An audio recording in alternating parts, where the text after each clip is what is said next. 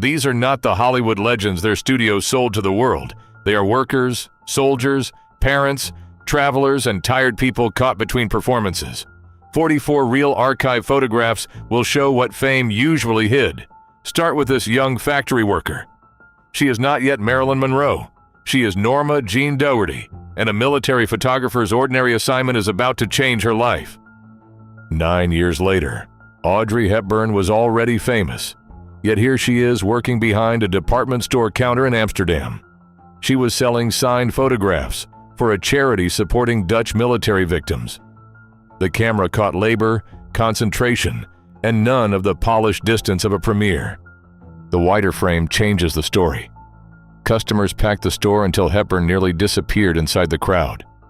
Her celebrity was the attraction, but the money was directed toward people still living with the consequences of the Second World War. This third view explains what she was actually doing. Every autograph became a small transaction for the charity. The photograph matters because it turns a glamorous public appearance into something measurable: time, attention, and money given to a cause. Elvis Presley stands among other recruits taking the oath at Fort Chaffee. At the height of his fame, the Army could have used him only as an entertainer. He instead entered regular service, a decision that interrupted his career and reshaped his public image. Long before the White House, Ronald Reagan served in the Army Air Forces. Poor eyesight kept him from overseas combat, so his film experience was used to make training and information pictures. Hollywood technique became part of the military's communication system. Henry Fonda left a successful acting career to join the Navy.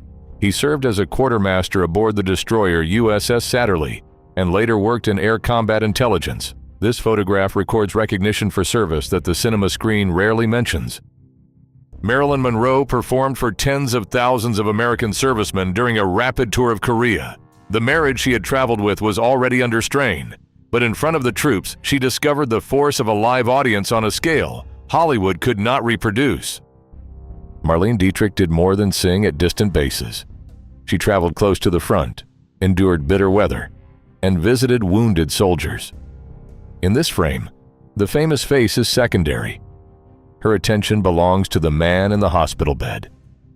2 decades later, Dietrich arrives in the Netherlands, surrounded by officials and photographers. The fur, flowers, and formal escort restore the star image, yet the earlier hospital photograph changes how we read this one. Glamour and wartime service belong to the same life.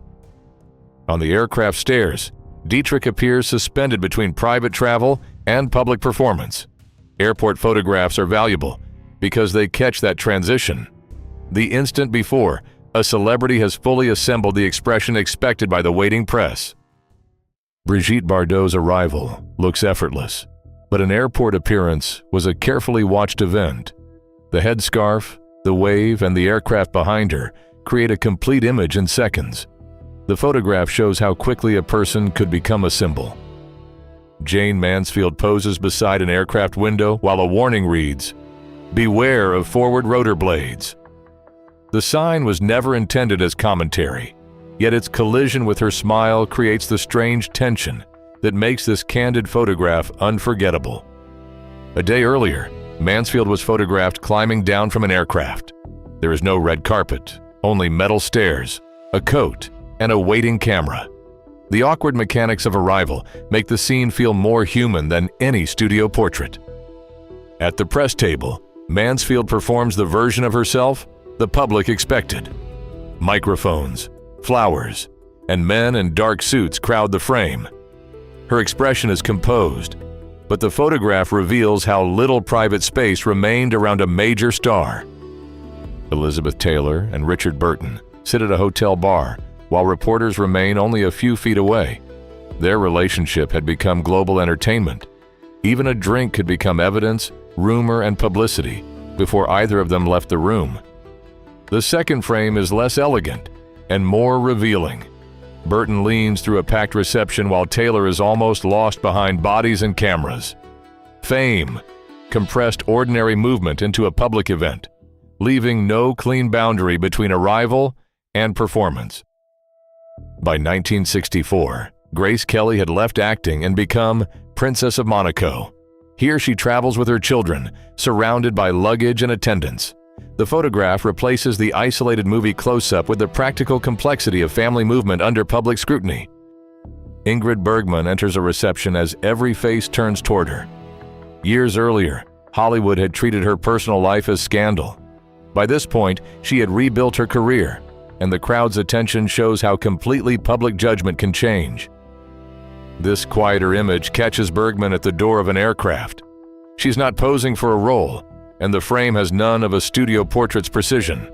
Its value lies in that incompleteness, a traveler momentarily becoming a celebrity again.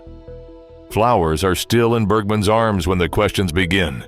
Travel, greeting, and interview collapse into one continuous performance. The photograph reveals the hidden work of fame, maintaining attention and composure before the journey has even ended. Frank Sinatra is photographed through a car window at Schiphol Airport. Glass, reflections, and the driver crowd the composition. The imperfect view feels more honest than a posed portrait because the camera is recording access rather than cooperation. In the next frame, Sinatra signs without leaving the car. The gesture lasts only seconds, yet it completes the exchange between star and crowd. These small acts kept celebrity personal, even when security and schedules made real contact almost impossible. Kirk Douglas sits beneath hard studio lights for Dutch television. Early broadcast interviews demanded patience, fixed cameras, limited editing, and long answers. His stillness here is part of the work, a performance without costume or character. A second photograph catches Douglas using both hands to shape an idea. Without hearing a word, we can see the rhythm of the answer. This is why candid sequences matter. One frame gives a face, while the next reveals temperament. Then the energy drops. Douglas looks down, shoulders slightly forward, while the interview continues around him. The pause is ordinary, but it is precisely what studio publicity removed. A legend becomes a working actor thinking before his next sentence. Gregory Peck is interviewed beside posters from his own career. The images behind him turn decades of screen roles into scenery. In front sits the older man who carried them, speaking about work that audiences often confused with personality. Gina Lollobrigida walks a television runway long after her first international films. The appearance shows a star adapting to a new media age, where cinema, fashion, and broadcast variety increasingly shared the same stage. Under television lighting, Lollobrigida faces the camera without a film character between them. The expression is controlled, but the setting is visibly mechanical. We see the person and the machinery of celebrity in the same frame. A year later, another interview catches her in mid-gesture, eyes raised and hand extended. It is not conventionally glamorous, which gives it value. The photograph preserves the unscripted second that a publicity department would usually discard. Claudia Cardinale arrives at Schiphol and receives flowers before she has cleared the press line. The helmet-like hat and bouquet make the image memorable, but the real subject is ritual. Every arrival had to provide the cameras with a usable story. Then the ritual becomes strange. The clown Fantasio leans into Cardinale's welcome, turning a routine airport photograph into visual comedy. Her reaction, caught between amusement and surprise, is the detail no studio could have planned. In the following frame, Cardinale holds the bouquet while the crowd closes around her. The smile remains, but the composition feels busier and less controlled. Together, the photographs show how quickly a charming arrival could become exhausting work. Charlie Chaplin arrives with Una O'Neill in 1965. Their marriage had survived exile, controversy, and constant attention. The relaxed expressions make the photograph intimate, yet even this family arrival unfolds inside a corridor of cameras. Chaplin turns and waves, using the same economy of movement that made silent comedy universal. By then, the tramp belonged to history, but the small gesture shows the performer still understood exactly how a crowd reads a body. At the premiere of City Lights, Chaplin stood beside Albert Einstein. Chaplin later recalled the contrast. Audiences applauded him because everyone understood him, and Einstein because almost no one did. The photograph joins two completely different forms of modern fame. That same year, Chaplin met Mahatma Gandhi in London. Their conversation turned to machinery, labor, and poverty. A comic actor and an anti-colonial leader found common ground in a question Hollywood rarely asked: who truly benefits from progress? Orson Welles stands beside Italian cycling champion Gino Bartali during the Tour de France. The pairing looks improbable because it was produced by overlapping worlds of sport, radio, news, and cinema. Celebrity culture was already becoming international and interconnected. 2 years earlier, Welles was photographed beneath an aircraft wing. His career had become restless and international after Hollywood limited his control. Airports were not glamorous backdrops. They were the infrastructure of an artist moving between opportunities. Buster Keaton's railroad stunt in The General looks like a miniature trick, but the locomotive and track were real. His comedy depended on engineering, timing, and personal risk. The photograph exposes the physical labor hidden inside an apparently effortless gag. Backstage, Judy Garland is surrounded by children and adults in a cramped room. There is no dramatic spotlight, only preparation and waiting. The image matters because her public brilliance was built inside environments that were often crowded, demanding, and intensely controlled. Sophia Loren sits mounted on location during production of El Cid.